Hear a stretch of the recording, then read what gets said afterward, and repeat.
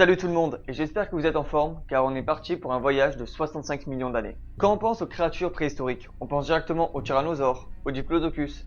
Mais non, toutes ces idées, c'est un peu de la merde. En fait, les créatures préhistoriques et les dinosaures font partie de deux catégories bien distinctes. En gros, les dinosaures vivaient plus dans cette période, alors que les créatures préhistoriques vivaient plutôt dans celle-là. C'est un peu une idée bancale que tout le monde a, comme le fait que tous les dinosaures que nous connaissons cohabitaient paisiblement, car en fait, c'était pas du tout le cas.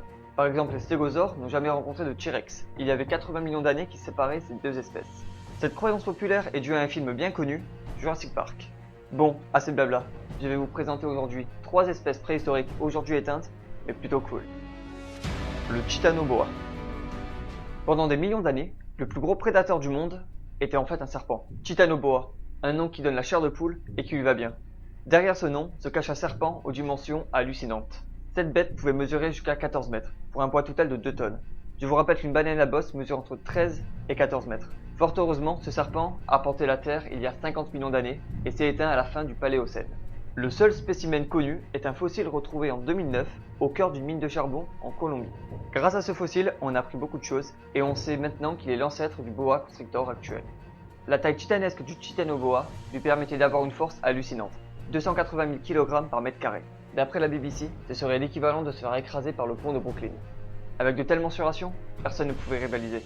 Après l'extinction des dinosaures, le Titanoboa est resté le plus grand prédateur du monde pendant au moins 10 millions d'années.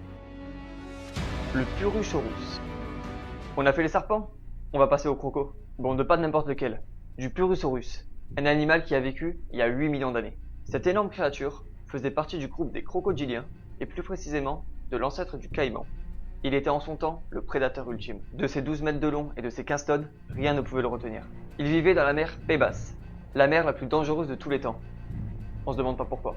À son époque, il était un peu l'équivalent du mosasaure, une créature bien effrayante qui elle a vécu il y a 100 millions d'années. Debout sur ses pattes, le Purusaurus pouvait mesurer 1,80 m, et rien que son crâne mesurait 1,50 m de long. Il a été déterminé qu'il se comportait comme un crocodile actuel, en un peu plus gros je vous avoue. D'après les restes retrouvés près des fossiles, on sait finalement que cette créature se nourrissait principalement de poissons, de mammifères et surtout de tortues. Je parle de grosses tortues bien sûr, Elles faisaient en moyenne 4 mètres de diamètre. Lizarchidae.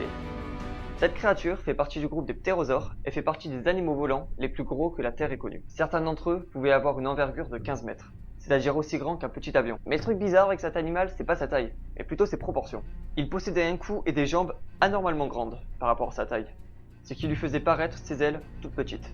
D'ailleurs, les scientifiques ne pensent pas que cette créature utilisait ses ailes pour voler, mais plutôt pour marcher à 4 pattes. Il était capable de chasser des créatures aussi grandes qu'un homme sans problème, et pouvait être aussi grand qu'une girafe africaine. Cette créature a vécu pendant la fin du Crétacé, et par conséquent, l'une des rares espèces ayant pu côtoyer un T-Rex. Par contre, le T-Rex était éteint bien avant cette espèce. Voilà, le voyage dans le temps est déjà terminé. J'ai préféré faire un format court pour ce premier épisode, parce que je sais pas si c'est vraiment un thème qui vous plaît. Du coup, si ça vous plaît, dites-le en commentaire, likez, tout ça, faites-le savoir. Et je ferai un épisode 2 sur les dinosaures. Sinon, comme d'habitude, like au max, partage, montre-le à tes amis. Je le dis très rarement, mais en fait, c'est vous qui faites vivre ma chaîne. Donc, simplement, je compte sur vous. De toute façon, je vous dis à très vite. Ciao.